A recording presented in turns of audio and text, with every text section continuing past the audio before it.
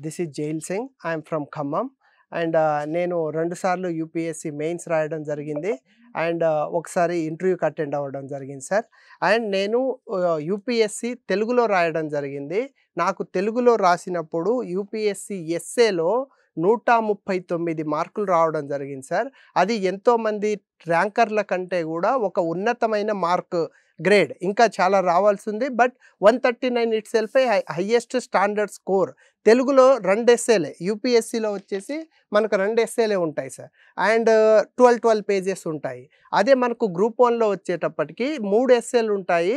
అన్నే పేజీలు ఉంటాయి. అయితే ఏమైంది, గ్రూప్ 1లో మేము నేను పర్టికులర్లీ నా స్వానుభవం ఏంటంటే తెలుగులో రాసినప్పుడు నేను 3 ఎస్సేలు రాశాను సార్. 3 ఎస్సే పేపర్లు కూడా మీకు తీసుకొచ్చాను. 3 ఎస్సేలు రాశాను. కంప్లీట్ పేజెస్ రాశాను.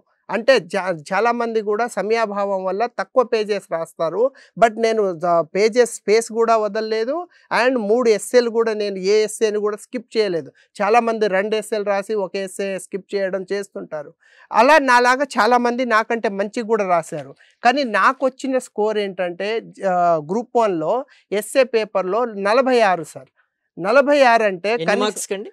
అది 150కి 46. గతంలో యూపీఎస్సీ మెయిన్స్ లో ఎన్ని మార్క్స్ కండక్ట్ చేస్తే మీకు ఎన్ని మార్క్స్ వచ్చాయండి? 250కి 139 సార్. 250కి 139. 50% పైన మార్క్స్ వచ్చాయంటే యూపీఎస్సీ లో that's a great score. Great score, definitely a great score.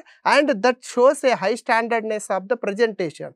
అదే సేమ్ ప్రజెంటేషను పైగా దాని తర్వాత మనకు ఎంతో సమయం దొరికింది. దీని మీదనే కాన్సన్ట్రేటెడ్గా ఎన్నో సంవత్సరాల నుండి మేము కూర్చొని ప్రిపేర్ అవుతున్నాం.